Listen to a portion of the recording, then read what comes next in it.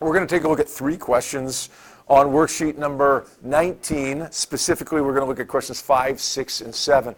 All of those 3 questions involve diffraction gratings, which means that we don't have 2 slits or 2 openings, but rather we've got more than 2, 3, 4, 5, 1,000, 10,000 slits or openings.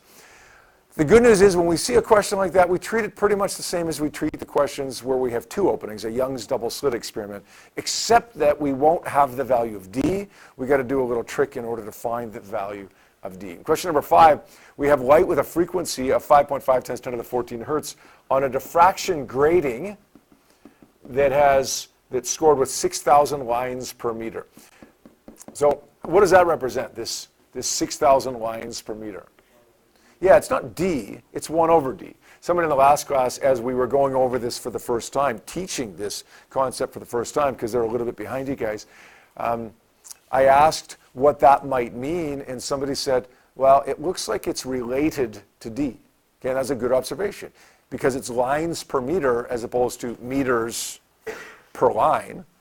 It's going to be related to D. And you're right, it is the inverse of D. So 1 over D is 6,000 lines per meter. Now, there's good news in this question because it is lines per meter. Oftentimes what we see is lines per centimeter, right? So this is lines per meter. That's good. It saves us from 1 conversion here. It says the distance from the slits to the screen is 2.50 meters. What does that correspond to? X, L, D, N, Q, R, S, T, V? This is going to be L. Right, I'm making it a capital L. In your equation on your data sheet, it's going to be lowercase l. We want to find the distance between the 2nd order maximum and the 4th order maximum. That's going to be the value of x. What would the value of n be there? Remember, whenever we're dealing with x or theta, we have to right away identify what n is so that we're consistent with it. What's n going to be? Between 2nd and 4th, n would be what? N would be 2. Yeah, n would be 2. I know exactly where you're coming from on that, but just all you got to do is subtract the 2 numbers, and we get that 2. Now, technically, there should be a check on this, right? Because we want to use the equation lambda is equal to xd over n times L for this. Technically, we should check to see if L is greater than 10 times x. Now, we run into a couple issues with that, though. Number 1 is that we don't know what x is. So how do you do that little check? Is L greater than 10 times x? When you don't know what the value of x is? Well, you can't. But the good news is, since we're not involving the central maximum here, we're involving the 2nd and the 4th order maximum, you're not going to get a question where you have to use lambda is equal to d sine theta. So in other words, if you're not involving the central maximum, that equation is going to work. Okay? Even if you don't get to do the check, that equation is going to work for you. So let's use lambda is equal to xd over n times L. We can be confident in its validity because we can't do the check since we don't know what x is, and because this doesn't involve the central maximum, which if you're using an angle, it has to involve the central maximum. We don't know what d is, though. Let's get d before we sub numbers in here. What's d? If 1 over d is 6,000, then d would be 1 over 6,000, which of course amounts to 1.6667 times 10 to the minus 4 meters. Now let's sub all those numbers into here and solve for x. Lambda times n times L over d. Lambda is, oh, we don't know what lambda is either. What do you do here for this? Yeah, lambda is equal to v over f. V is equal to f times lambda. V is 3 times 10 to the 8 meters per second. Divided by 5.5 times 10 to the 14 gives me 5.4545 times 10 to the minus, I have a hole punch right there. I think it's 10 to the minus 7. Can't see it on my paper though. So let's say 5.4545 times 10 to the minus 7 times n, which is 2, times L, which is 2.5, divided by d.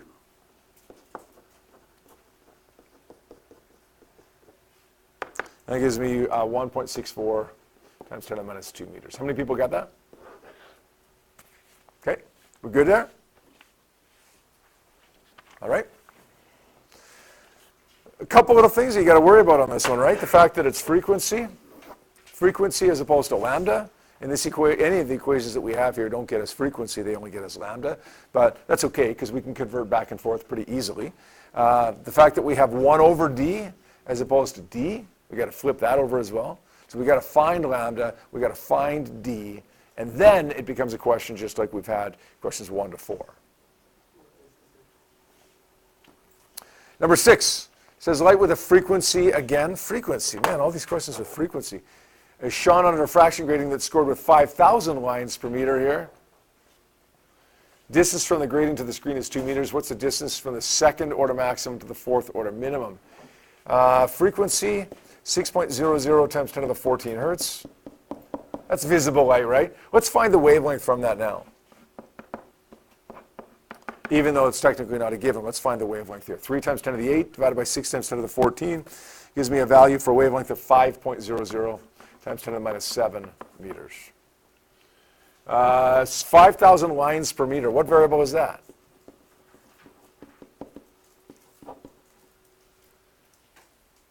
That's the new thing here, right? That's the thrust of these 3 questions. That's 1 over d.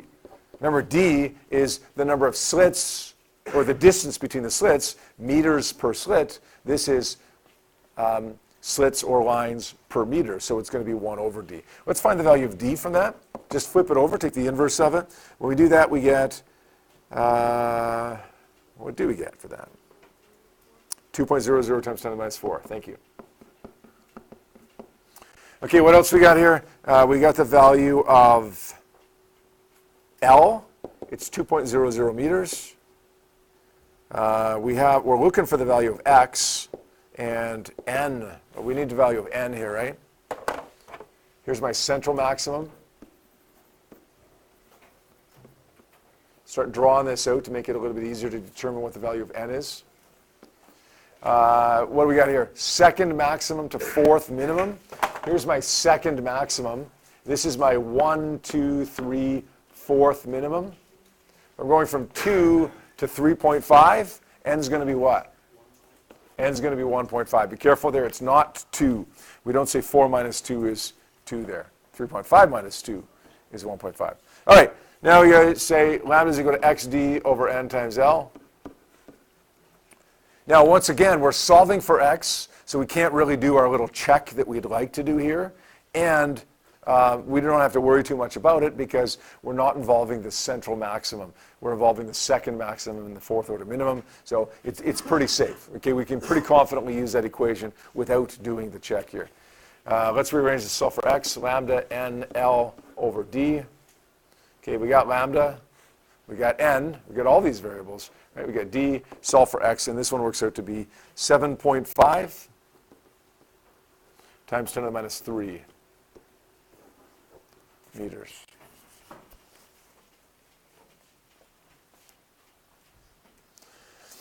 And number 7, just a little bit more to this one, just a little bit more to this one. It says light with a frequency of 5 times 10 to the 14 hertz is shown on a diffraction grating that's scored with 60 lines per centimeter. The distance from the slits to the screen is 2 meters. What's the distance between the second maximum and the fifth minimum? What do you want to red circle here? Yeah, it's lines per centimeter, right? Probably not a bad idea for this as well, right? To recognize that it's a max and a min, which we should have probably done in the last question as well. What do we got? We got a frequency here, 5 times 10 to the 14 hertz. We can convert that to a wavelength by saying V over F, V over the frequency. Remember to use 3 times 10 to the 8 for the speed. Gives me a value of 6 times 10 to the negative 7, is that right? We get a value of 1 over d, that is 60. Well, we want the value of d, right? So let's flip that over. 1 over 60 is 0.01667 centimeters, not meters. Now, be careful. This is the point that I wanted to make with this question here. If you've got lines per meter, that's great. Flip it over. If you've got lines per centimeter, that's great. Flip it over. Don't try to convert to meters right away. Get it to centimeters and then convert it to meters. Does that make sense? So flip it over and then do your unit conversion to meters. So this is what we have here. In centimeters, 0.01667 centimeters. We convert that to meters. We end up getting 1.6667 times 10 to the minus 4 meters. 10 to the minus 2 centimeters, 10 to the minus 4 meters. What's the value of n? As soon as we acknowledge that we either have or need x or theta, we need n. We're dealing with the, what is it, the second maximum and the fifth minimum. Let's draw this out. Second maximum and fifth minimum. Let's keep drawing a bunch of them.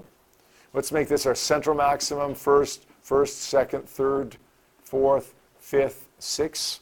Our second maximum and our fifth minimum. 1, 2, 3, 4, 5. So 2 to 4.5, n would be what? Go from 2 to 4.5, n is going to be what? 2.5, right. So we're going to do the same thing as we did for the last two questions here. We're going to say lambda is equal to d. No, we're not actually. Yes, we are. Lambda is equal to xd over n times L. We're going to rearrange it to solve for x. Equals lambda times n times L over d. And we got all these numbers here. We sub them in. And we get a value of x. Works out to be 1.8 times 10 to the minus 2 meters.